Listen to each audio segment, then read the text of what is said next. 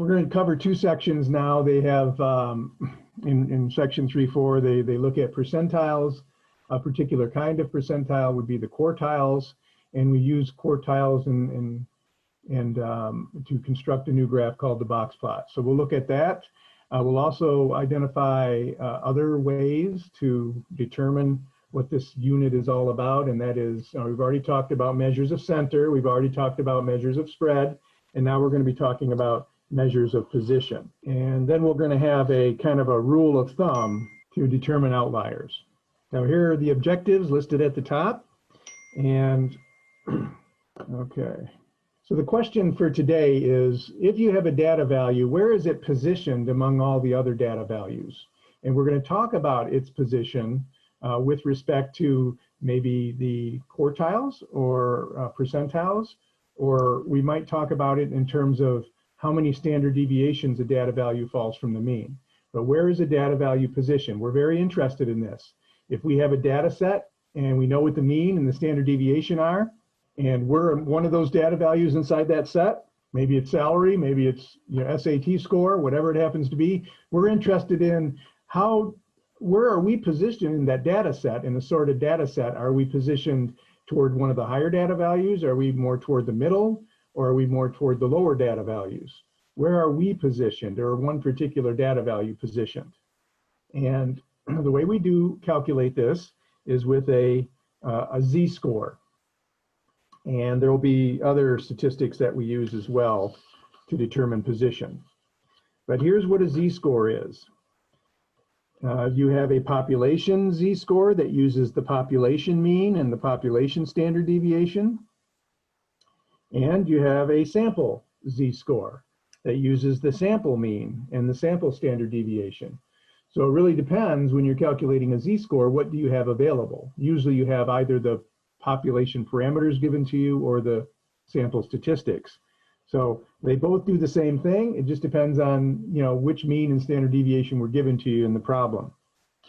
But the Z-score, what it means, and you're going to be asked to interpret it, is the number of standard deviations that a data value falls either above or below the mean.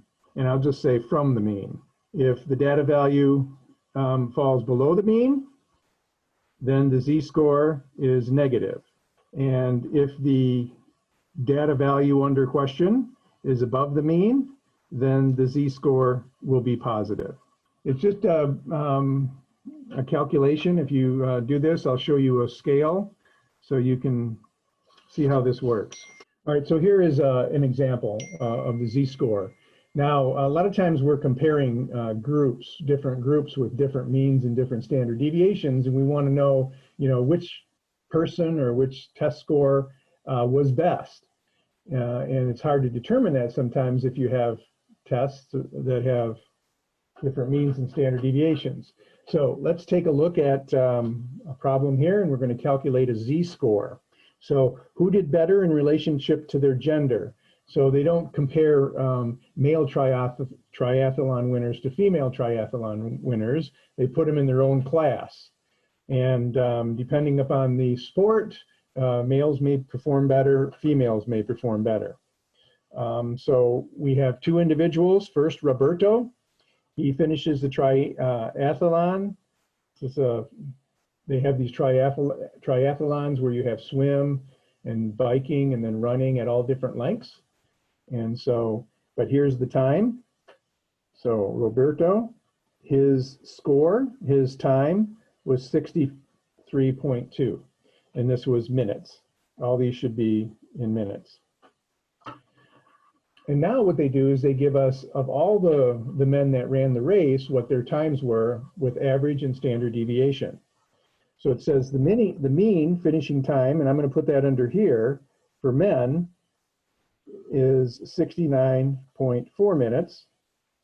And the standard deviation, also for men, is 8.9 minutes. Reading on, Xandra, that'd be an abbreviation for Alexandra, finishes the same triathlon. Okay, here's her score in 79.3 minutes. And among all women in the race, the average was 84.7 minutes, and the standard deviation for women was 7.4 minutes. Now, we can't say, we can't just go ahead and say, well, Roberto is better than Zandra or faster than Zandra because the time is slower, because we're comparing two different groups. So what we want to do is we want to calculate a Z-score, and the person that has the highest Z-scored will be positioned more highly among all the data in that particular class. So we can compare them in that way. So let's take a look at the Z-scores. The Z-score here, again, all you're going to do is you're going to take the deviation from the mean, take the data value, subtract the mean to find out the deviation from the mean, and then divide by the standard deviation to determine how many standard deviations that data value fell from the mean. All right, so I'm using sample results here. So the formula is x minus x bar over sx. And we're going to do it for Zandra, and we're going to do it for Roberto. Same formula, but in each case, we're going to have a different data value, a different mean, a different standard deviation. So Roberto's Z-score, you're going to take his score, subtract the mean, and then divide by the standard deviation. And for Zandra, we'll do the same thing. We'll take her time, her score, and subtract the mean of the women, and then divide by the standard deviation. And we'll calculate each of those using this formula.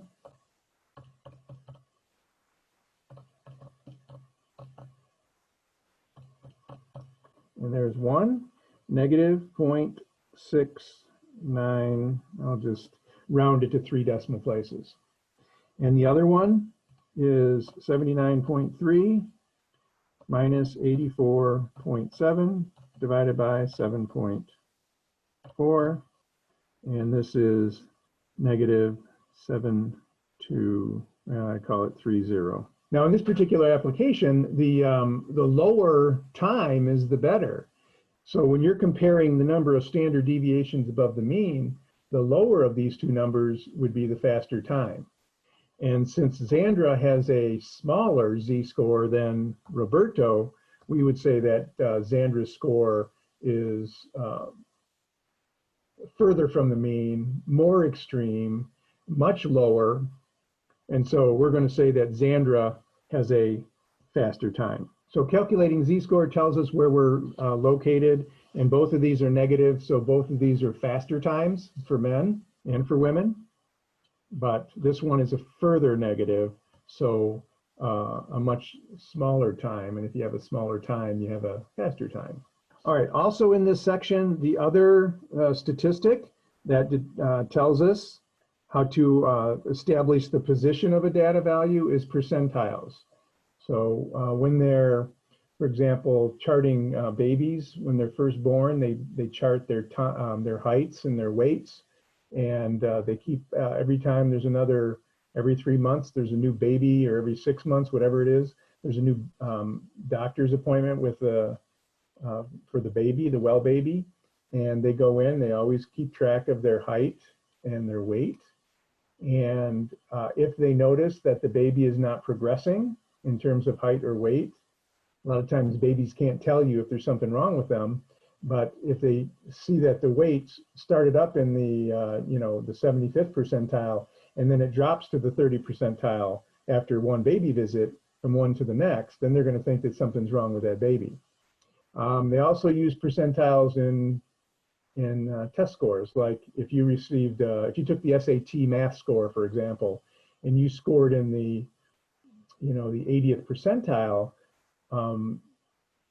that means that you scored higher than 80% of everybody else taking the score at that time.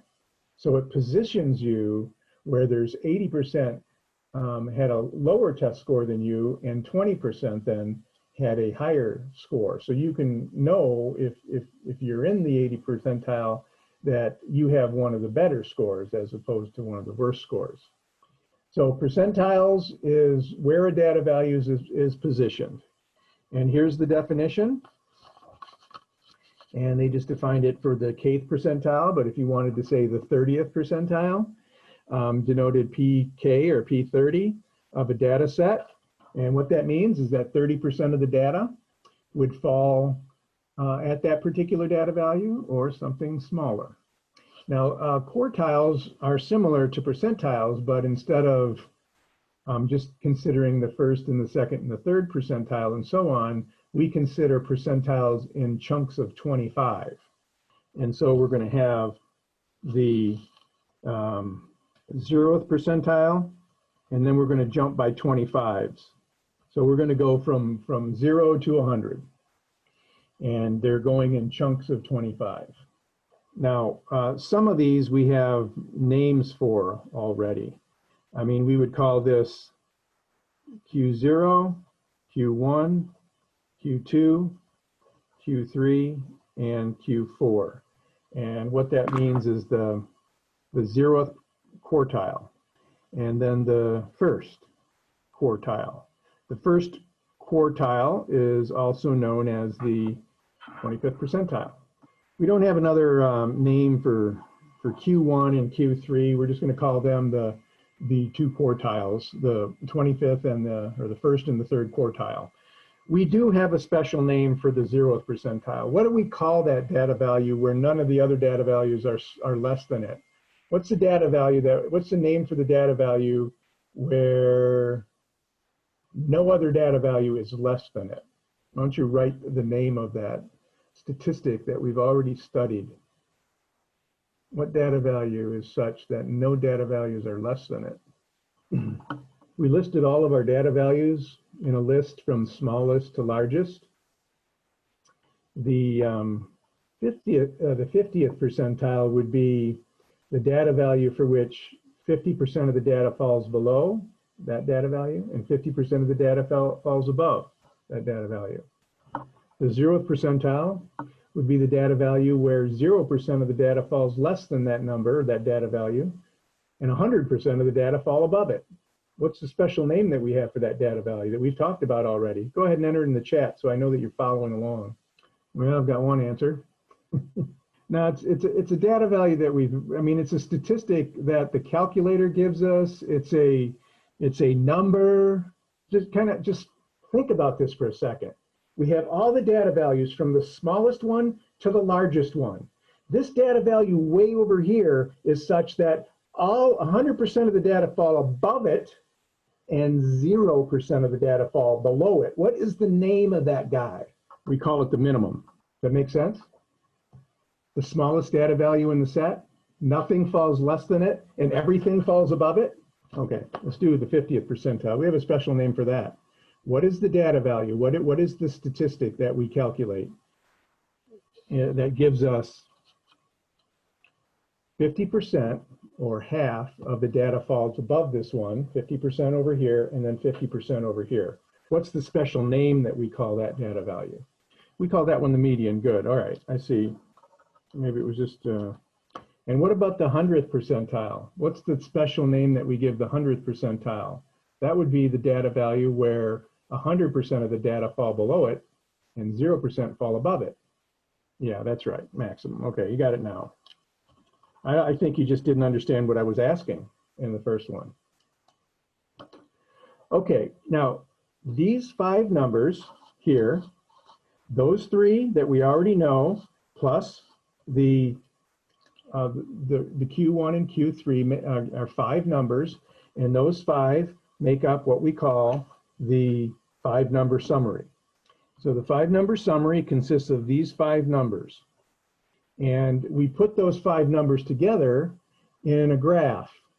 And the graph that we put together is called a box plot. So the box plot uses those 5 numbers. We'll come back to it. One other statistic that we have is the IQR. This is the interquartile range. And just like the regular range, the range is equal to a the maximum minus the min. The inner quartile range works like a range, but instead of subtracting a max minus min, we subtract these two middle quartiles here, Q1 and Q3, Q3 minus Q1.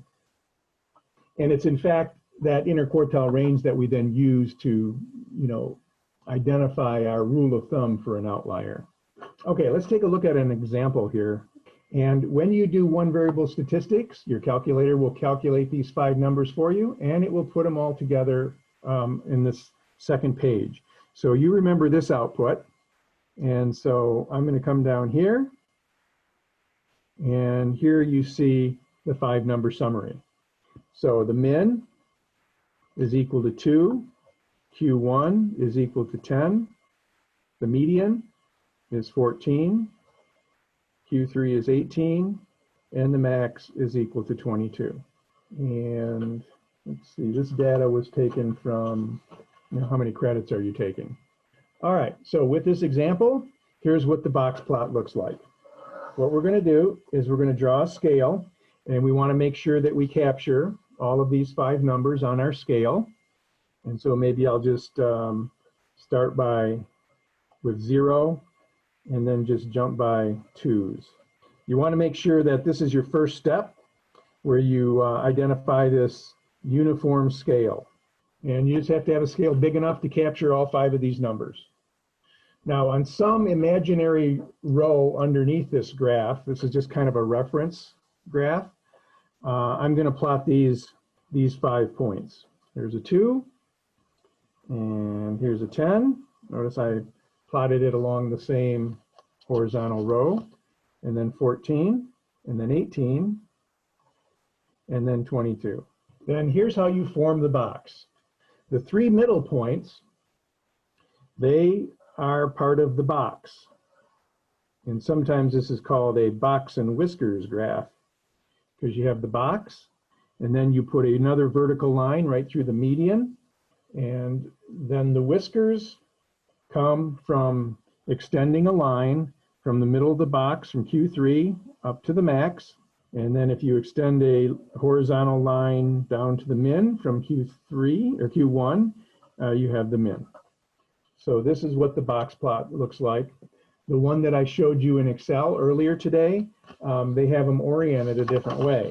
They had them oriented vertically instead of horizontally.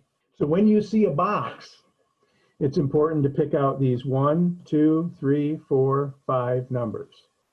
And then the way we interpret this is to say that the middle 50% of data falls between Q1 and Q3, because each one of these groupings represent 25% of the data. So it gives us a sense of where all the data values are positioned. And this would be credits. So we have 25% of the data here, 25% of the data in that first left chunk of the box, 25% of the data in the right part of the box. Those two add up to 50. So we have 50% of the data falls between 10 and 18, and then 25% on the high side. Box plot. This tail's a little bit longer than this one. So if we had a histogram and we saw the tail over here, this one might be a little bit skewed to the left. But here are the pictures that link the histogram and the box plot together. So we know what skewed right means on a histogram. We know what bell-shaped means on a histogram. We know what left skewed means on a histogram, but the corresponding box plots will look like this. So if you have most of the data concentrated here, and then you have the tail, some data values going out further on the right, then this is right skewed. If you have most of the data in the middle and the tails are about the same size, then we say it's bell-shaped. And then if you have most of the data front-loaded on the right-hand side with the tail over on the left, then that's how you say that the distribution is left skewed. So we can describe the shape of a data distribution using a box plot or box and whiskers plot, just like we can with the histogram. Here is X.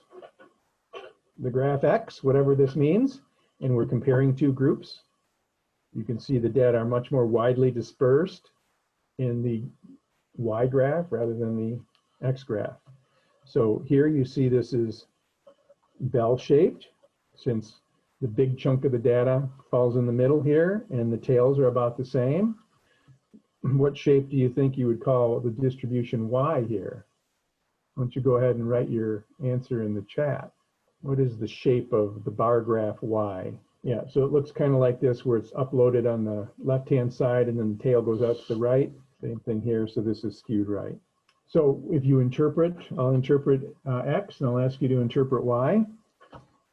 This value right here is the min, and it looks like it might be, 17. So it's hard to see exactly where this goes, but maybe it's something like that.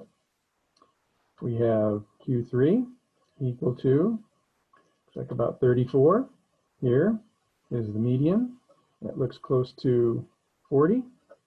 And this one here is, oops, that's Q1. Q3, I don't know, maybe 46. And this over here is the max. And it looks like it's about 65. So interpreting using the horizontal scale down here. And so I saw min was 1 or 2. Min. Here is Q1. And here is the median. And here is Q3. And here is the max. Like the max is 110. Looks like everybody got 110 for the max. Maybe Q3 is 54. Maybe the median is 31, and maybe 15. So as long as you're close, I think you'll be fine. So if you're off by 1 or 2, that's probably good enough. All right. Now I want to go into how we decide if a data value is kind of unusual, or is it, if it's an extreme, if it's extreme on the high side, or if it's extreme on the low side. And we do this by calculating these, the upper and the lower fence. So here's what we're going to do for our box plot. The distance between Q1 and Q3 is the interquartile range.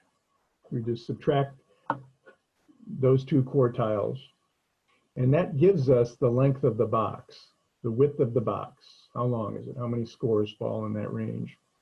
What we're going to do is we're going to multiply the width of that box by 1.5, and then add it to Q3 to get this upper fence here. And then we're going to take 1.5 times the box width, and we're going to add it to Q1 to get this down here, which is the lower fence. Now, these are just kind of guidelines. And so we would say that if you have any data value that falls above the upper fence, or if you have any data value that falls smaller than the lower fence, then we're going to, our rule of thumb, we're going to classify those as outliers, extreme data values. Anything that falls above the upper fence or below the lower fence. And this will help us identify outliers. And here you can see the formula. For the lower fence, we're going to subtract 1.5 times the IQR from Q1. And we're going to add 1.5 of the box widths, the IQR, times to Q3 to get up here. Now, sometimes the upper fence will fall in here. Lower fence might fall in here. If that's the case, then we have outliers. All right, so the example I'm going to use is this one down here. I just want to calculate the upper and lower fence. All these data values are clumped together in a bell-shaped distribution, so probably we don't have any outliers. But let's just confirm it. So the min is 2, and Q1 is 10, and the median is 14. Q3 is 18, and the max is 22. The interquartile range that your calculator will not calculate for you, this is just something that you need to know how to do, is you take the third quartile, 22, or 18, and subtract the first quartile, 10, and you have 8 as the interquartile range. All All right, so we'll first calculate the lower fence, and we're going to take Q1 and subtract 1.5 times the interquartile range. And we'll also calculate the upper fence, so we're going to add that same thing, 1.5 times the interquartile range, the width of the box by 1.5. And then we'll look to see if we have any outliers. All right, the calculation here would be Q1, 10, minus 1.5 times the interquartile range, which is 8. So 1.5 times 8 is 12, and 10 minus 12 is -2. So all of our data values are positive because the question was, how many credits do you have this semester? And nobody can have less than -2. No one can have less than 0. So we want to say no outliers on the low side. If you do the same thing with the upper fence, you'll have 18 plus 1.5 times the IQR. So you're still going to be multiplying 8 times 1.5, which is still 12. And so you'll get 30 there. And if you'll notice, our data values range from 0 up to 23. We don't have any data values larger than 30. There is no student taking more than 30 credits. So there is no outlier here. All right, I want to see if in the time we have left, we can go through another example, identify outliers, but I wanted to point you to this in the notes. This is how you construct a box and whiskers plot on your calculator.